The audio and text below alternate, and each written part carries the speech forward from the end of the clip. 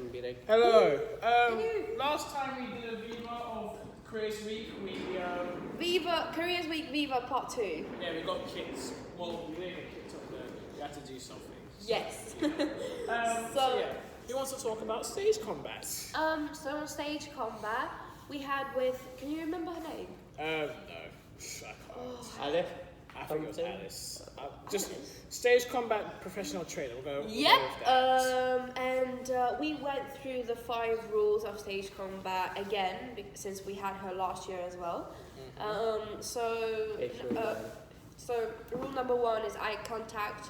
Number 2 is facial awareness. Number 3 is distance. Distance, and number 5 is trust. Yeah. Number 4 was being grounded, and number 5 was trust and respect. Yeah. And we So we just went over like the simple rules, more or less. Yep. And then we learned some other moves that we extended upon the first workshop. Yeah, and we went through the slap of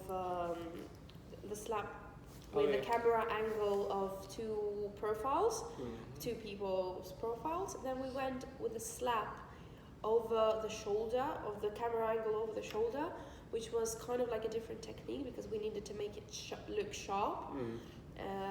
Then we had the punches on the stomach. Then we had the hook punch, and then the punch on the chin, under the chin, and then we had the hair pulling and choking. Yeah. Which was, for me, I was partnered with first with Jacob and second with Brandon. I had the most fun time with Brandon because when you're having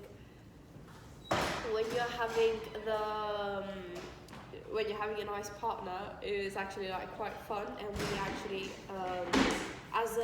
as a task we got set to do like a full on kind of like fight with all the things that we learned.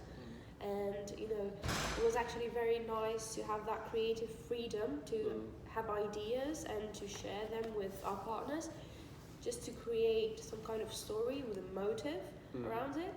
And for me, I really enjoyed that lesson. What about you guys? Yeah, I enjoyed that lesson a lot because I do like a lot of stage combat because I think it will help me in the future if I want to get into like action movies and all that sort of stuff. So yeah, I really do enjoy like doing that. Plus, it's interesting as well because I know I'm a big fan of watching those sort of movies like Marvel and all that sort of stuff. So it's good to see like the behind the scenes, like how they actually do the punches and slap. And yeah, I've learned a lot. I think I did struggle with with one of the punches, actually one of the slaps actually, because I had to slap my thigh to make the connection or make the sound effect, but because the fabric, the material it was, my trousers were, it didn't really make a loud sound, and if I did it harder, it'll make it obvious. So I think next time maybe wear trousers that are not too soundproof. But yeah, that's about it really. What about you, Harry? Sorry, follow me. I think personally for me, I think it carved really well. I was able to tap into people how to really do stage combat properly. Because of course we did it last year, so let's do this year to have like a little bit more grounded. I was initially working with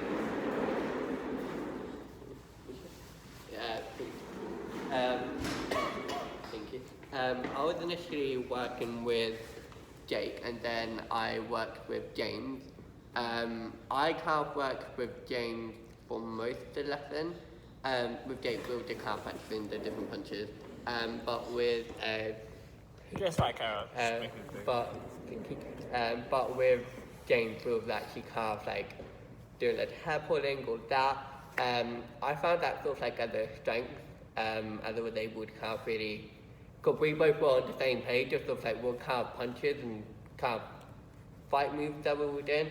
I would say my weakness is that where such like an intense carve physical activity, I kind of found myself still finding it difficult to kind of keep up with, if that makes sense. But I enjoyed it. But yeah. Great. So our last workshop. Was a Shakespeare one with ASJ. Mm. It was nice to go back to Shakespeare again. We did a little exercise where like she told us like, do you feel any sympathy for Romeo? And she said if you stand over there, if you actually feel bad for him, or stand over there if you don't. I personally said that I don't really feel bad for him because I feel like he's delusional. Well, not delusional, but just like crazy. He's 16. He's in love with a girl he just met. I don't think. And plus, he didn't sleep for 3-4 days. I think. Yeah. He just wasn't well. I think, and I think the whole story could have been avoided if the parents actually talked to him. If he did just do stuff for himself, because like he did some crazy stuff. I've got to be honest, and I just think like what he did was just like, I don't know. What did you lot think about Romeo? What did you lot think about Romeo? Do you feel bad for him? To be honest, I couldn't agree more. I was from a very early age to understand that Romeo and Juliet was not the kind of love story that was ideal. It was just a pack of humans getting out their very delusional mind, like you said, and just getting all of their because obviously it was a very oppressive kind of society with oppressed people, that people were very afraid to get out their emotions, and because they, as we say, we all have been through that time of age where we are literally excited so much for a specific person that we have just met, but we all know now that we are much more mature that love is not that, and it's so obvious. I mean, yeah, now that I've grown up and I actually can emphasize more on the part of the artistic part of the Romeo and Juliet, I think that, in my opinion, I'm much more interested in how Shakespeare wrote it rather than the actual plot, because for me the actual plot I was never really interested in it, and I think it's not an actual love story like how everyone idealizes it. What So, about you, yeah. Harry? But keep on going. Alright. Yeah, I would say the same thing as well. Like, I think Romeo have more lust than love for Juliet, and especially with the age difference as well. It's quite dark if you think about it. Just sort of the kind of delusion that he was having. So, like you said, sort of he wasn't well, he wasn't in the right state of mind to be falling in love, quote unquote love. But yeah, I think once you look deeper into the story, it's actually quite dark and a little bit terrifying. Yeah. Is that the right word? Yeah.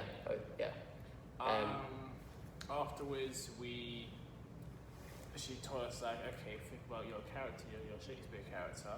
Do you feel any sympathy for your character? And I do feel sympathy for him because I sort of relate to that character. He got mistreated by people. I relate to that sort of stuff. So I said, yeah, I do feel bad for this character. And yeah, I said I did. You guys want to add on more to that?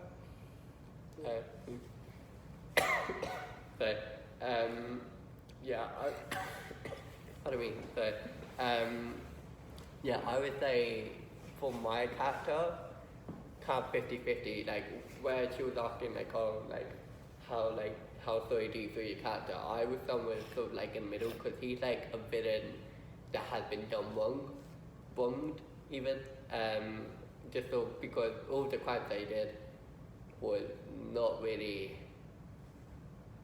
a good thing to do, but just so where he's been wrong because of his skin colour, that's sort of but yeah, I would say 50. Yeah. Yeah. But, I was absent that time. Okay. Sadly. So That's why I'm not talking as much. afterwards, she gave us a Romeo and Juliet script. It was a scene where Romeo just found out he's been banished, and she wants us to walk around the space, and wherever we think there was an end, I believe. She wanted us to turn. He changes his Yeah. mind. That was it. When He thinks of something else. that was it, and then we turn once we find that point. Mm. It was alright. I didn't get the point of it really, to be Mm. honest. I thought we just like, oh, we find it and we just turn. That was it. I don't know about you guys, but I just felt like I don't know what I'm doing. So, Oh. yeah. What do you guys think? Yeah, I would say that. Yeah, yeah. I My think, favorite. I think that the main thing of that is to slowly understand how, because of the changing of directions, is actually a way to understand that in the beginning, if the changes are slow and in the end they fasten up, it's just to understand how Romeo is slowly driving himself to insanity, because he starts to think of so many things at the same time that he drives himself insane. Just how most of us drive ourselves insane with thinking way too much about life Mm. and our problems. But yeah, what else did you do? We also, when we had the script, she wanted us to describe Romeo in like different ways. I forgot the word was called, but like say for instance, you find a line, you get the line, and in that line you describe him what he is. So like, say for instance, he's talking about Juliet, you can say the heartbroken teenager or something like that, and you have to act like a heartbroken teenager while saying this line. I kind of like that exercise. Everyone took part in it. I found it useful-ish, and yeah. Anything else with that? If you not did it, if you didn't do it, Oh, okay. Afterwards, the final exercise we did was she gave us the script from Macbeth where the witches were speaking, and she said, "You put the three people, and you have to find the first witch. You got to be the first witch, the second witch, and the evil witch." And she basically just had to say it, but not as it is in Macbeth. So what me, Harris did was we acted like heaven, hell, and what's in the middle? What's it called? Purgatory. So Yeah. we did that. I was the angel, you were purgatory, and Paris was hell. Yeah. So we analysed the script and said, okay, which witch is more nicer, so I can be like the good witch. So I found out it was witch 1, that was a good one. Witch 2 was more aggressive, and witch 3 was more like neutral. So we went with that really. Yeah. And we still liked the physicality, changed our voices. Like, yeah, Sandra, was you in on that one? You weren't in on that one. No. Okay. How did you think of that experience, Harry? But yeah, I would say the same thing. So like I think having the different kind of archetypes, like for example, like your heaven, I'm purgatory, Paris is hell. I think sort of like having that sort of like archetype is like, oh, this is who we are. Play with it and explore it. And then that was sort of like that was really interesting seeing sort of like the different kind of ways that we could like use our facial expressions, how we speak, how within the time period of like of Shakespeare and what was written, how stories were written back then, like during that time, it was kind of really interesting things of like the different ways that we could could explore with the script. And like going back to what you said about sort of like how we said sort of like, so we picked a line from like the Romeo script and then we kind of said it, so like I think that was also useful as well. Like I just think sort of like the whole idea of using the archetype is just really useful overall. I would definitely recommend it if someone was doing a Shakespeare more. So yeah. So yeah, you found that whole lesson good then. Nice. So, I mean, so that's like carry on. I think so. I mean, personally, I find Shakespeare a little bit more interesting than contemporary kind of stuff, you know, because I feel like Shakespeare is written in like, you know, structure, poetic Yeah. kind of thing. Sandra, what did you think of Shakespeare?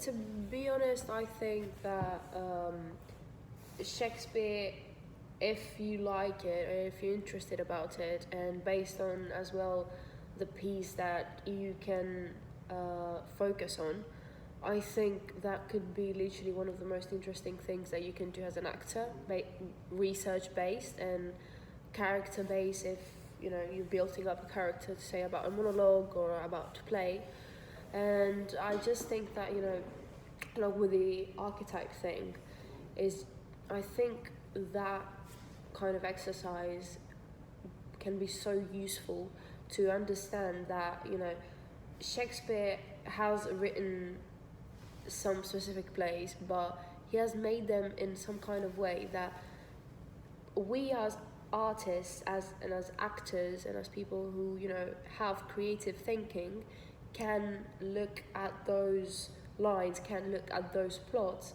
in a different way, and we can use them in like different time periods or different themes or whatever it could be, or aesthetics or whatever it can come into our minds as ideas. And I think that's one more thing that it makes the Shakespearean plays so interesting and so unique, in my opinion. So yeah. I guess that's it. Bye-bye.